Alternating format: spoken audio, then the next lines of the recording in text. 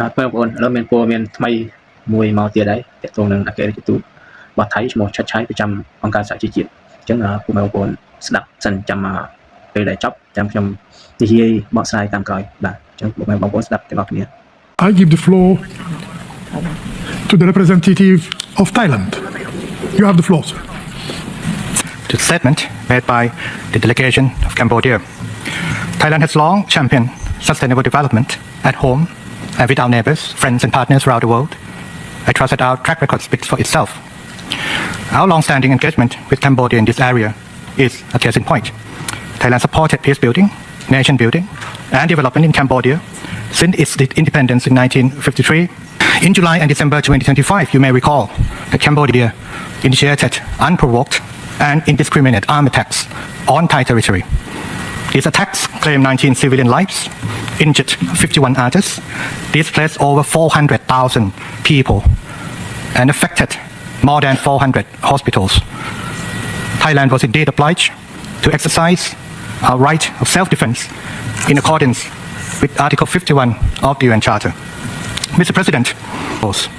it is well documented that Cambodia hosts a number of online scam syndicates with estimated annual revenues as high as $19 billion or equivalent to nearly 40% of the country's GDP.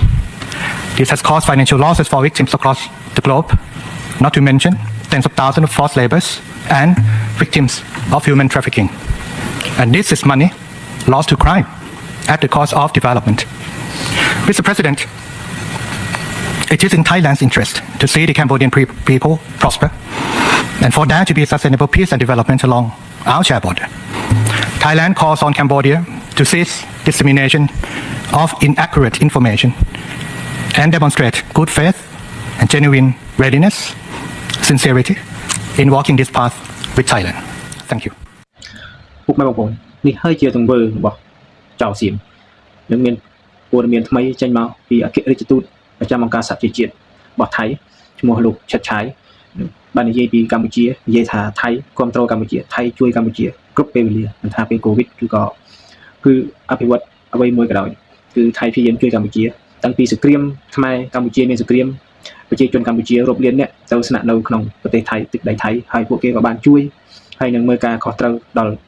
ប្រជាជនកម្ពុជាផងដែរអញ្ចឹងណាបងប្អូនវាអត់មានអីនិយាយវាអត់មានអីមកតទល់ជាមួយកម្ពុជាវាបែរជាយកហៅថារំលឹកបុណ្យគុណនឹងគ្រប់ជួយកម្ពុជាហើយសួរថាថៃគ្រប់ជួយកម្ពុជាក៏ដែលកម្ពុជាមានសង្គ្រាមស៊ីវិលហ្នឹងសួរថាថៃជួយកម្ពុជានៅកន្លែងណាលុយឧបត្ថម្ភ UN អ្នកឧបត្ថម្ភថៃគាត់តែមើលការខុសត្រូវហើយដីនៅក្នុងដីខ្មែរនឹងដែលស្នាក់នៅធ្វើជំរំហ្នឹងគឺដីខ្មែរប៉ុន្តែកន្លែងជំរំហ្នឹងថៃវាបានជ្រៀតពៀនយកកន្លែងជំរំខ្មែរយើងនៅនឹងទៀតអញ្ចឹងណាបងប្អូនហើយវាថ្លែងទៅប្រាប់អង្គការសហជីវជាតិថាវាជួយខ្មែរគ្រប់យ៉ាងសម្បីតែពេលកូវីដក៏វាជួយកម្ពុជាដែរកម្ពុជាអភិវឌ្ឍនៅកន្លែងណាធ្វើអីនៅកន្លែងណាគឺវាជួយរហូតវា support រហូតវានិយាយអញ្ចឹងបងប្អូនអគ្គរដ្ឋទូតថៃប្រចាំអង្គការសហជីវជាតិ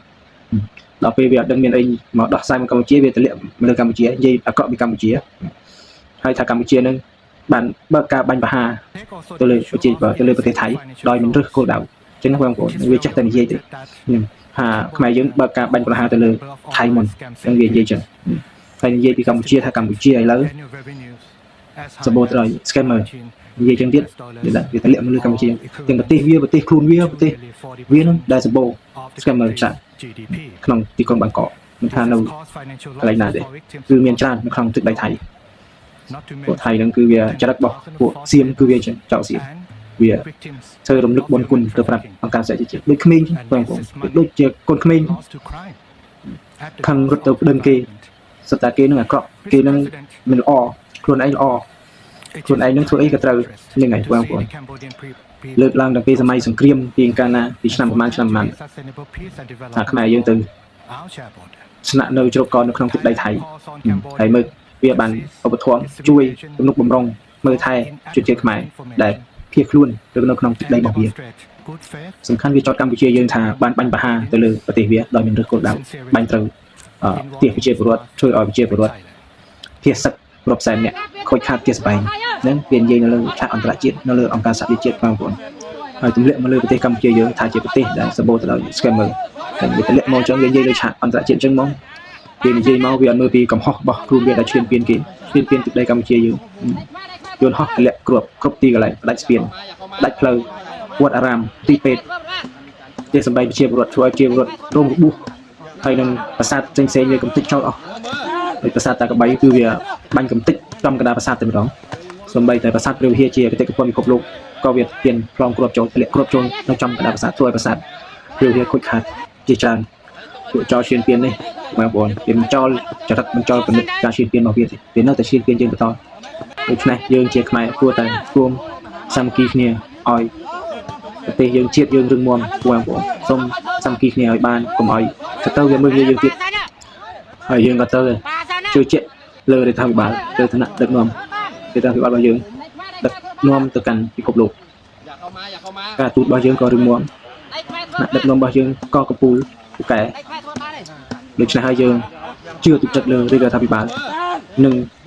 ដល់កម្លាំងចិត្តដល់បងវរៈកងទ័ពចូលមុខទាំងអស់គ្នាបាទសូមអរគុណបងប្អូន